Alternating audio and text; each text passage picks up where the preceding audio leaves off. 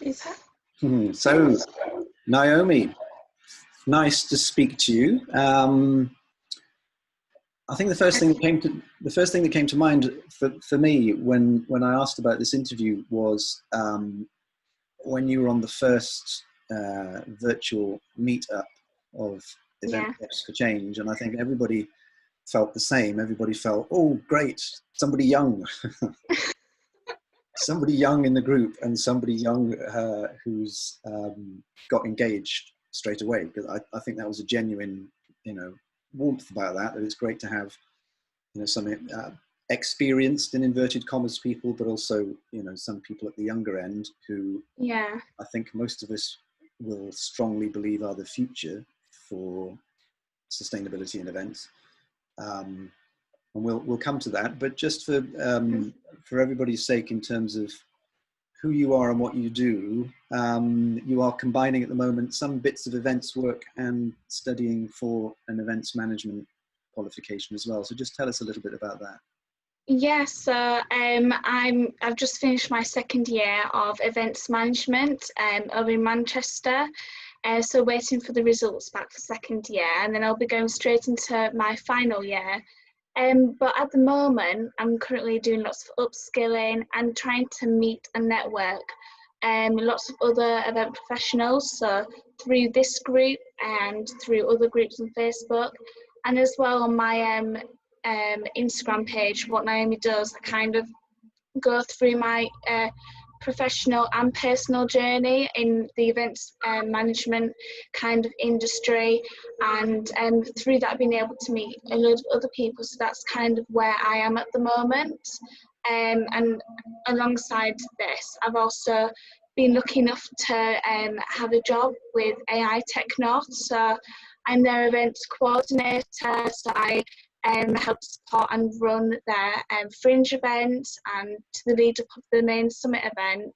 So that's really interesting, as it's all into the world of digital events, virtual, and it's kind of what I'm really passionate about, the whole tech side of everything. Yeah, and we were talking just before about this idea of being involved in real work, let's call it, gives you some hands-on experience, and you feel it's really important that if you're studying that you've got that real life experience to combine with what you're learning through studying.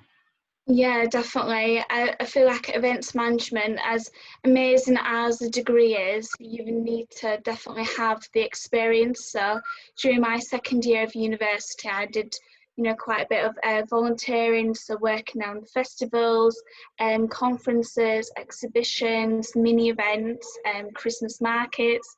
I kind of threw myself in, to everything, and I feel through that being able to meet a load of passionate people as well, and also gain my credibility in the events industry. Because I've only, I haven't been doing it for too long. I only started work 3 years ago when I was 16.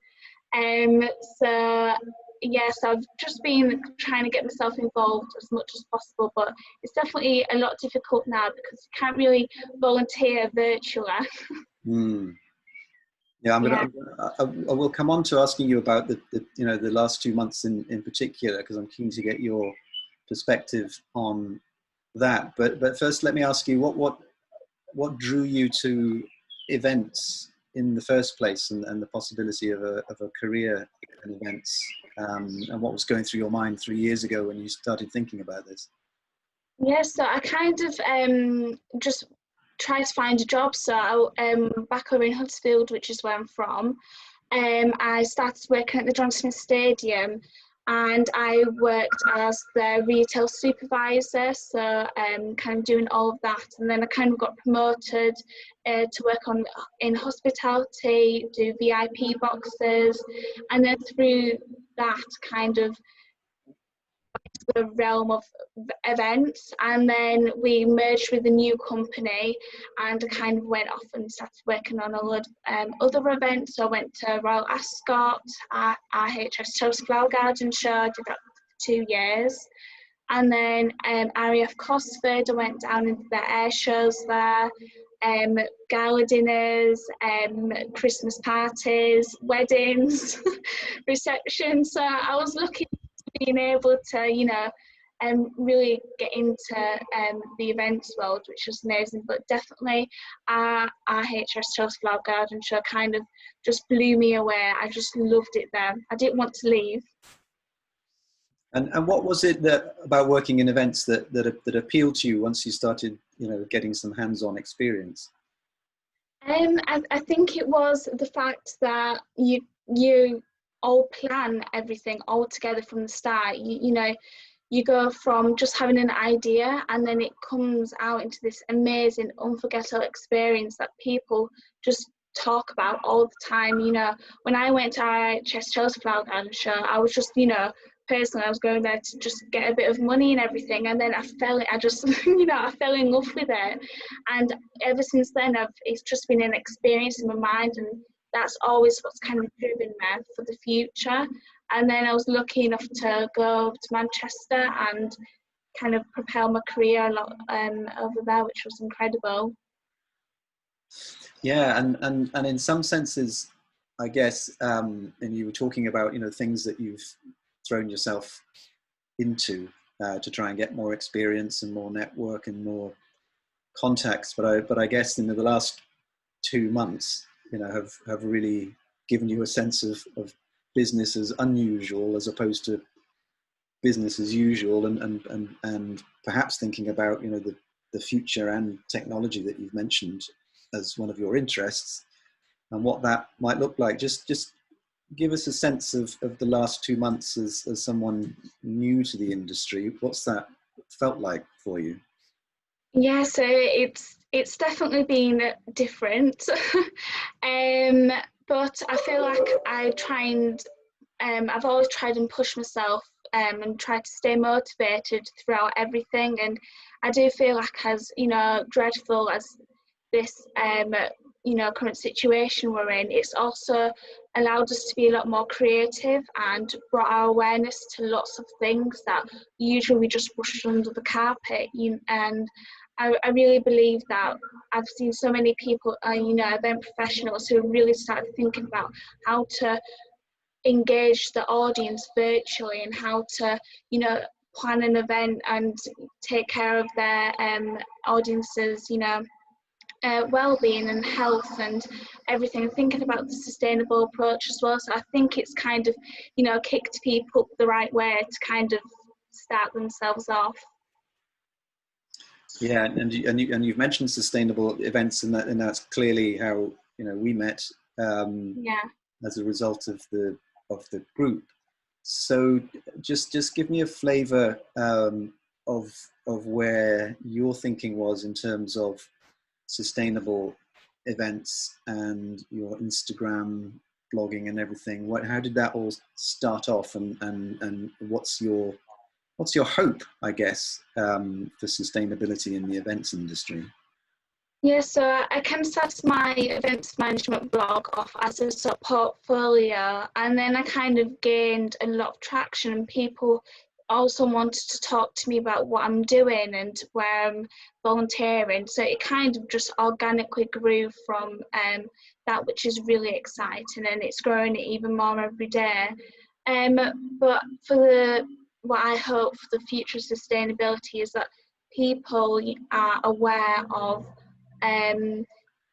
people want to think in a sustainable approach, and people are more aware that it's not just climate change, it's, so much more, and that it's, health and well-being. People want to live longer, people want to stay healthy and think about the mental health as well, and, gender equality, that's another thing that I'm really passionate about, and especially working with AI Tech North, they're a big believer in equal genders, and especially in the speaker profile, we always have speakers who are 50-50 male and female, and I think that's amazing as well, because as amazing as gender equality is, it's superb. It also brings more audience members who would usually just come from a certain demographic to watch an event, and through integrating more women, more diverse people, it brings a new audience in. And I think that's been a really incredible, especially for me working with them. And also to feel empowered in the workforce is really important to me as well, because tech is a bit of a male-dominated area, and seeing other familiar female faces can be a bit more inviting as well. That's what I've kind of found going into jobs like that. I love that. That's great. And this may be a kind of a slightly unfair question given where you are in building your career, but I think it's important to ask it, that if you could kind of think ahead maybe 10 years from now, and that all of the advancements and everything that you might hope for will have taken place, what would the events industry look like for you in 10 years' time, ideally? Well, in 10 years' time, I really do hope that it's a global network of forward-thinking event professionals who kind of drive the event industry to a sustainable future. I think that's what my hope is, and that event professionals also encourage and reassure suppliers and clients that sustainability isn't difficult. It's the new normal, and it's what everyone should be thinking about. It's people and the planet, and that's what I hope to see in 10 years' time. And I do hope that I'm part of that that force that leads sustainability, because I do think lots of other people will follow once we start looking at choosing out venues that are going green, or choosing suppliers who using different materials or energy or food waste.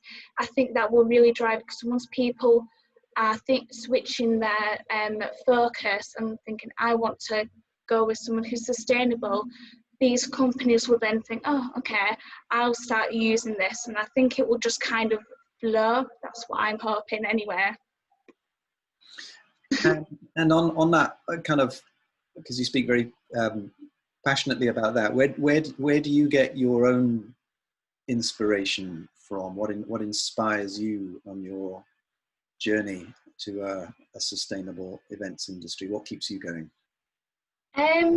I mean, I just feel like it's just what everyone should be thinking about for the future. And, I want to make sure that when I host an event, that people are, love it and realise that this has benefited the planet. And that's what I hope.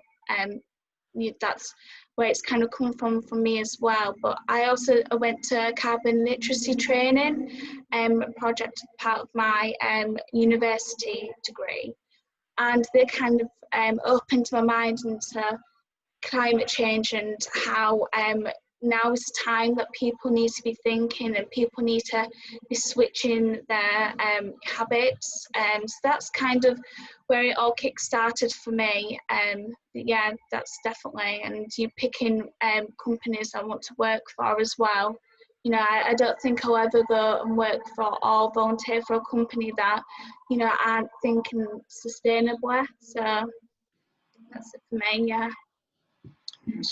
Yeah, and I'm curious about that generally, but for you specifically as well, those sort of moments where you may come up against perhaps a person or a company or someone that doesn't quite share your enthusiasm and your values. And obviously within this group we share most of them, but there is plenty of people out there that we still maybe need to convince some of these things. How do you feel about having some of those discussions, or how that might play out if you imagine yourself, kind of up against someone who may be more concerned about how much money is made or anything else? What's your thoughts about that? I do feel that it comes down to education and being open to have a conversation with people. If someone's very close minded, it's going to be difficult to try and talk to them, but also understand where they're coming from, because I know a lot of people do think sustainability is, you know, this big scary word, and that it's really hard to do, but it's really not. And if you surround yourself and find people who are passionate and do know what to do, I feel like the people would be more willing to listen. Because some people can be quite aggressive, but I haven't met that many people like that.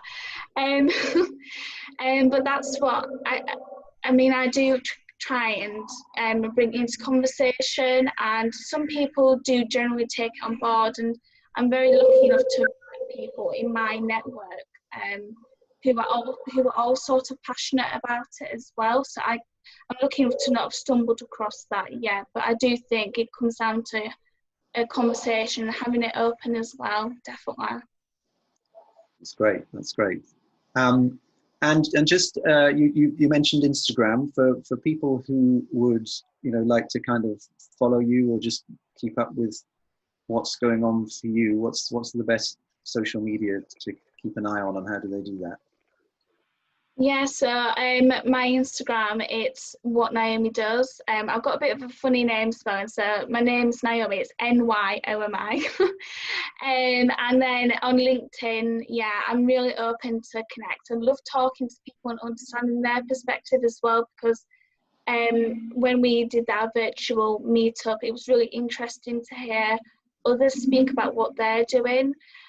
Because at university we only usually read academic books, we can't really look at online sources, and most of the academic books are quite outdated, so it's nice to kind of hear a fresh perspective. So yeah, I'm really excited to hopefully meet other people, because I've been lucky enough to actually do some work with Selena.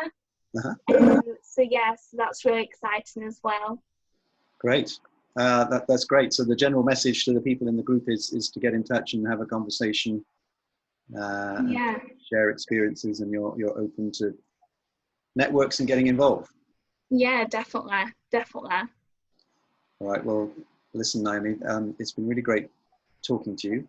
As I say, it's so great to have someone at the start of their journey within the group, and I hope people have taken some comfort from the idea that there are people like you around at the lower end of the age spectrum who are going to help us all to change the world and take it in the right direction. And of course, I guess I don't want to speak for you, but I guess if there's anything that people would like to offer you or talk to you about, you'd be open to hearing from people.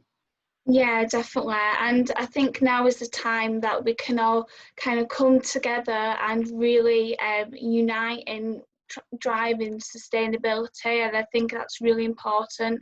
And especially, you know, as a university student, it's what a lot of us are thinking about. You know, a lot of us are quite worried about how the future will be. So I think it would be really exciting to bring more students on board and, like you say, get a really great perspective from both ends of the spectrum. Fantastic. All right.